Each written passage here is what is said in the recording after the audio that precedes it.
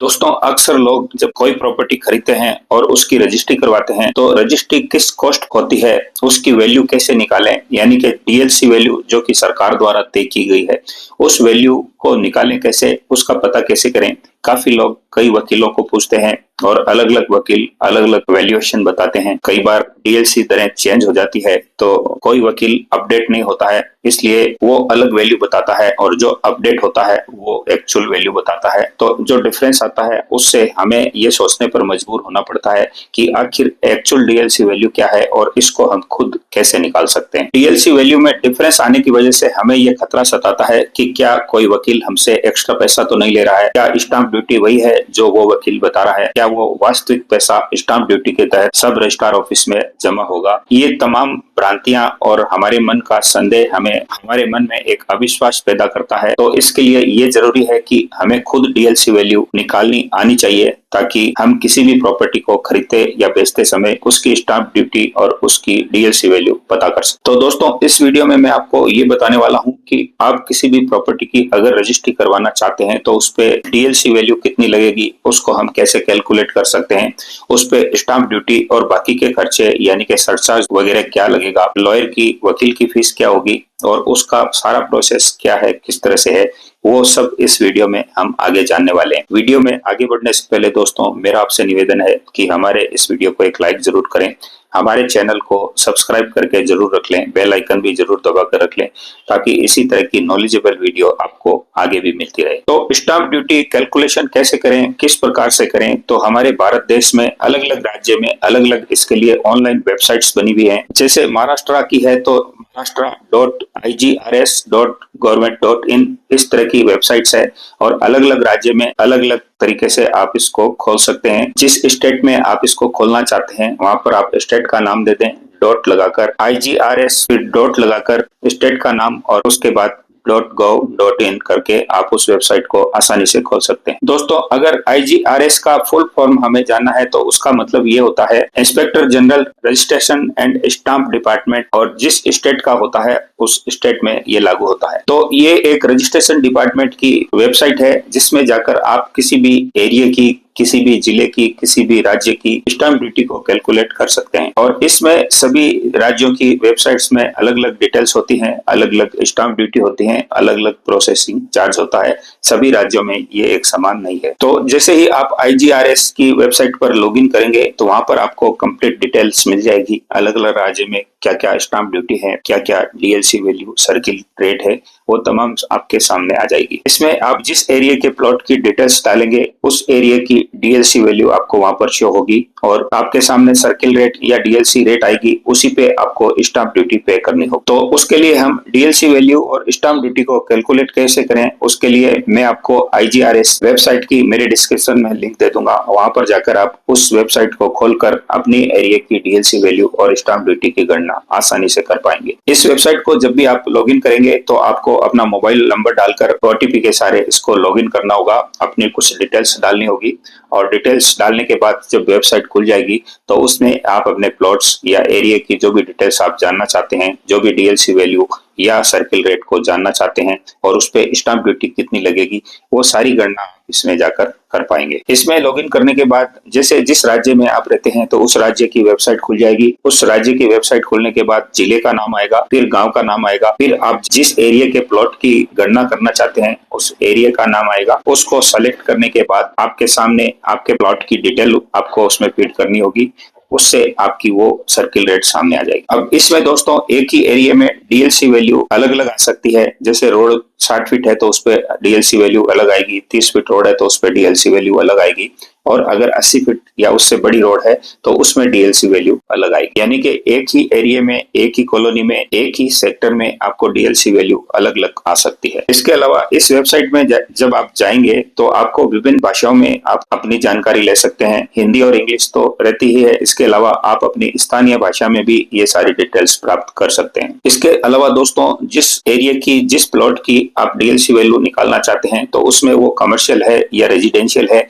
इससे भी आपकी स्टाम्प ड्यूटी चेंज हो जाएगी और उसकी वैल्यू भी चेंज हो जाएगी और उसकी सर्किल रेट, डीएलसी रेट भी अलग लगाएगी। तो जब आप वेबसाइट में जाकर डीएलसी वैल्यू या सर्किल रेट को चेक करेंगे, देखेंगे तो वहां पर वो वर्ग मीटर में काउंट होगी, यानी कि आपको वहां पर वो वर्ग मीटर में दिखेगी। जैसे किसी एरिया में 12,000 रुपए वर्ग मीटर हो सकती है, किसी एरिया में 6,000 स्क्वायर मीटर हो सकती है, किसी एरिया में 20,000 स्क्वायर मीटर भी हो सकती है, यानी कि अलग अलग एरिया की रियल सी वैल्यू अलग अलग आएगी। इसके अलावा अगर आप रेजिडेंशियल एरिया और उसी जगह पर कमर्शियल एरिया की गणना करना चाहेंगे तो मान लीजिए किसी एरिया में रेजिडेंशियल प्रॉपर्टी की वैल्यू 12,000 रुपए स्क्वायर मीटर है, तो उसी एरिया में कमर्शियल की वैल्यू उससे डबल यानी कि 24,000 रुपए, 20,000 रुपए, 22,000 रुपए भी आ सकती है। लेकिन अब आपके मन में ये विचार आएगा कि प्रॉपर्टी हमेशा वर्ग फीट पे बिकती है या फिर स्क्वायर यार्ड यानी कि वर्ग गज में बिकती है। तो डीएलसी की वैल्यू अगर हम वर्ग मीटर में निकाल रहे हैं तो उसको वर्ग गज में कैसे काउंट करें या वर्ग फीट में उसको कन्वर्ट करके उसकी गणना कैसे करें। अब इसको हम एक उदाहरण से समझते हैं कि मान लीजिए आपने 30 बाई 60 का एक प्लॉट लिया और 30-60 को अगर हम वर्ग फीट में गणना करें तो 30 इंटू 60 यानी कि 1800 स्क्वायर फीट एरिया हुआ। और इस 1800 वर्ग फीट यानी कि 1800 स्क्वायर फीट को अगर वर्ग मीटर में आपको कन्वर्ट करना है तो इसमें 10.76 का अगर आप भाग लगा देंगे तो इससे आपका एरिया वर्ग मीटर में आपके सामने आ जाएगा। और अगर आप 30 इंटू 60 यानी कि 1800 स्क्वायर फीट में 10.76 का भाग देंगे तो ये मोटा मोटी 167.28 स्क्वायर मीटर निकल कर आएगा। और इस तरह से आप उसकी डीएलसी वैल्यू या सर्किल रेट की गणना कर सकते हैं। अब जो वैल्यू वर्ग मीटर में 167.28 आपके सामने 30-60 के प्लॉट की आई है, तो 167.28 में अगर मान लीजिए 12,000 रुपए स्क्वायर मीटर वहां की डीएलसी रेट है, उसको अगर हम गुणा करेंगे तो वो एक सरकारी रेट, गवर्नमेंट रेट यानी कि डीएलसी रेट आ जाएगी और इस रेट पे हमारी स्टाम्प ड्यूटी दे होगी। तो अब सवाल ये आता है कि इसमें स्टाम्प ड्यूटी किस प्रकार से लगेगी और रजिस्ट्रेशन चार्जेस भी किस प्रकार लगेंगे और इस पे बाकी अन्य खर्चे किस प्रकार लगेंगे। तो इस वैल्यू पे अगर हम स्टाम्प ड्यूटी की गणना करें तो स्टाम्प ड्यूटी वैसे तो हर राज्य में अलग अलग होती है। राजस्थान की बात करें तो अभी जेंट्स पे ये 8.8% लग रही है और लेडीज की बात करें तो 7.5% के आसपास चार्जेस लग रहे हैं। ये अलग अलग एरिया के हिसाब से और समय के हिसाब से अलग अलग हो सकती है। तो अगर आप पुरुष के नाम से रजिस्ट्री करवा रहे हैं तो आपको 8.8% से जो डीएलसी वैल्यू आपके सामने आई थी यानी कि 167.28 को 12,000 से गुणा करने के बाद जो वैल्यू आई थी उसमें 8.8% वैल्यू को आप स्टाम्प ड्यूटी निकालेंगे। गणना करने के बाद जो वैल्यू आई थी तो उसका 8.8% आपकी स्टाम्प ड्यूटी के रूप में वहां पर चार्जेस लगेंगे। इसके अलावा वहां पर आपके सब रजिस्ट्रार ऑफिस की तरफ से कुछ रजिस्ट्रेशन फीस लगेगी, कुछ प्रोसेसिंग फीस लगेगी, कुछ चार्जेस लगेंगे। वो 1,000-1,200 के आसपास होते हैं और अलग अलग प्लॉट और एरिया के हिसाब से अलग अलग हो सकते हैं। और इसके अलावा इसमें कुछ ऑनलाइन चार्जेस लगेंगे, वकील की फीस लगेगी, डीड राइटर की फीस लगेगी क्योंकि डीड राइटर ने आपकी प्रॉपर्टी की डीड लिखी है तो उसके टाइपिंग चार्जेस वगैरह मिला के इस तरह से किसी भी प्लॉट की अगर आप रजिस्ट्री कराते हैं तो उसमें स्टाम्प ड्यूटी के अलावा प्रोसेसिंग फीस, सरचार्ज, वकील की फीस, डीड राइटर की फीस, ये सब ऑनलाइन चार्जेस, ये सब मिलाकर सारे चार्ज जुड़ जाते हैं। इसमें किसी भी व्यक्ति को स्वयं रजिस्ट्री करवाने की भी सहूलियत प्रदान की गई है, लेकिन उसके लिए आपको थोड़ी सी जानकारी होना जरूरी है। वकील से करवा लेने में आपके 2 से 3,000 रुपए उनकी फीस चार्ज जो होती है वो देनी पड़ती है। लेकिन अगर आप ये बचाना चाहें तो आप रजिस्ट्री खुद भी करवा सकते हैं।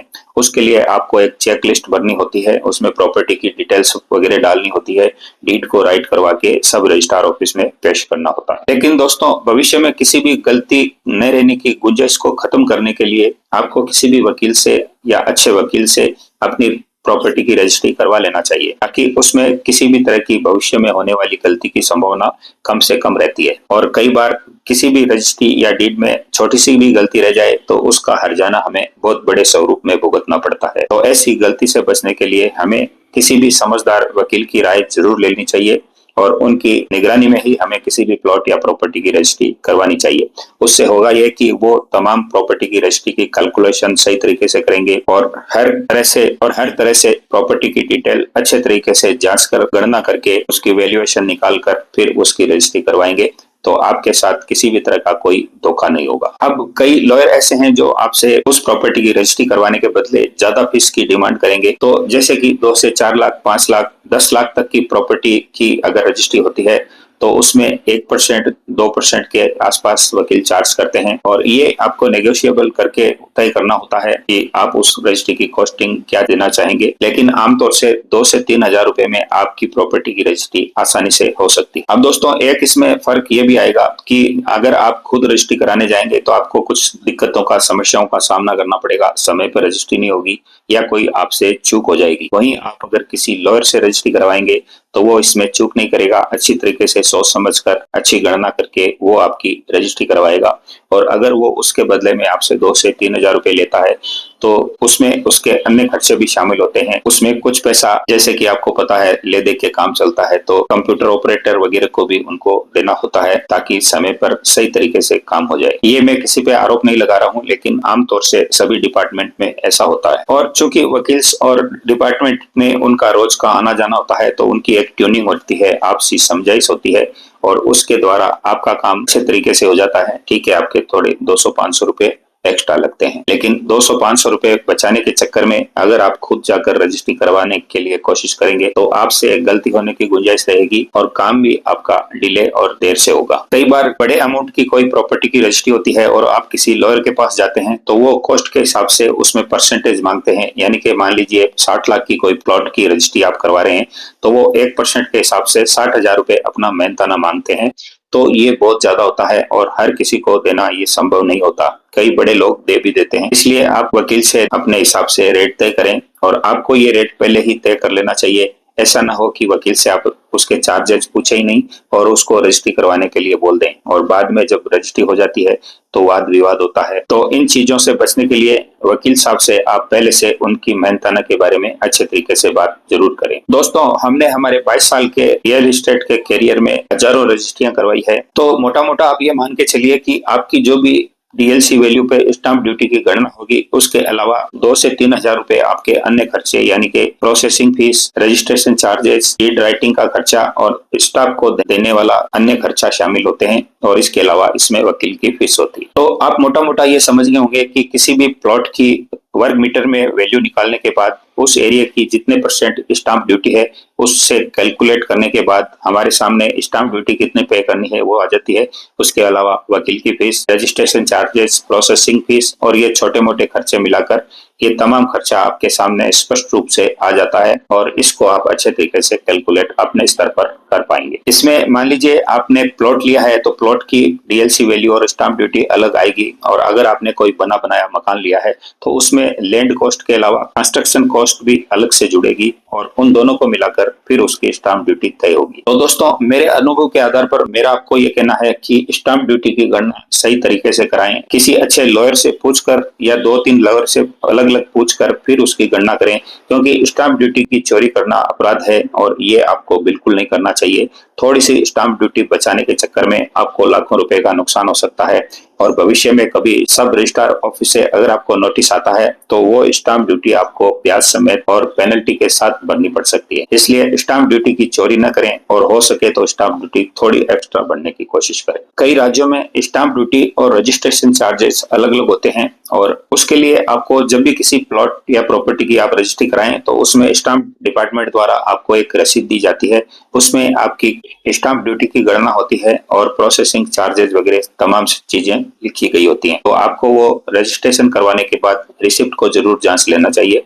उससे आपके सामने तमाम तरह के जो भी खर्चे आपकी रजिस्ट्री में लगे हैं आपके सामने आ जाएंगे। अब दोस्तों, कई लोग ये सवाल करते हैं कि हमने हमारे प्लॉट की, हमारी प्रॉपर्टी की रजिस्ट्री करवा ली तो क्या हम उसको ऑनलाइन चेक कर सकते हैं? तो अगर ऑनलाइन हम इसको चेक करना चाहें तो हम सिर्फ रजिस्ट्रेशन नंबर से इसको ये चेक कर सकते हैं कि इस प्रॉपर्टी की रजिस्ट्री हुई है या नहीं हुई है।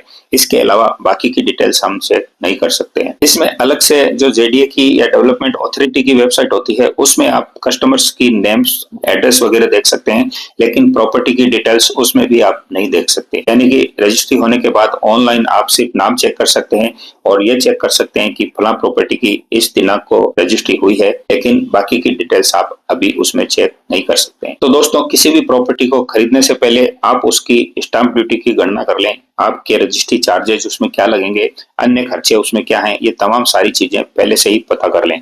कई बार हम प्रॉपर्टी पहले खरीद लेते हैं और रजिस्ट्री की गणना हम बाद में करते हैं, और जब हमें लगता है कि इसमें बहुत ज्यादा वैल्यू लग रही है तो हमारे पास पछताने के अलावा कोई रास्ता नहीं होता। तो इन सब चीजों से बचने के लिए स्टाम्प ड्यूटी और रजिस्ट्रेशन चार्जेस और डीएलसी वैल्यू की गणना प्लॉट या प्रॉपर्टी खरीदने से पहले आपको जरूर चेक कर लेनी चाहिए। तो दोस्तों, इस वीडियो में हमने ये देखा कि किसी भी प्लॉट की एरिया हम कैसे निकाल सकते हैं, वर्ग मीटर, वर्ग फीट या स्क्वायर यार्ड में हम उसकी वैल्यू कैसे निकाल सकते हैं, और रजिस्ट्रेशन अगर करवाना चाहें तो स्क्वायर मीटर में हम उस प्लॉट की डीएलसी वैल्यू कैसे निकाल सकते हैं, स्टाम्प ड्यूटी क्या लगती है और इसको किस प्रकार से करवाया जाता है, और इसमें अन्य खर्चे क्या क्या हो सकते हैं, लॉयर की फीस क्या हो सकती है, ये तमाम सारी चीजें हमने इस वीडियो में समझने की कोशिश की है। हो सकता है दोस्तों इसमें कुछ कमी रही हो, अगर कमी रही है तो आप अपना सुझाव दे सकते हैं, कमेंट्स में आप हमसे बात कर सकते हैं, और डिस्क्रिप्शन में हमारे कॉन्टेक्ट नंबर दिए हुए हैं, हमारे कॉन्टेक्ट नंबर पर भी आप कॉन्टेक्ट कर सकते हैं। तो बने रहिए हमारे साथ अगले वीडियो और अगले कंटेंट के लिए। साथ ही इस वीडियो को एक लाइक जरूर कर दें, हमारे चैनल को सब्सक्राइब करके बेल आइकन का बटन जरूर पुश करें, ताकि इसी तरह के आने वाले तमाम वीडियोस आपको आगे देखने को मिल सके। तब तक के लिए नमस्कार, आदाब, जय हिंद।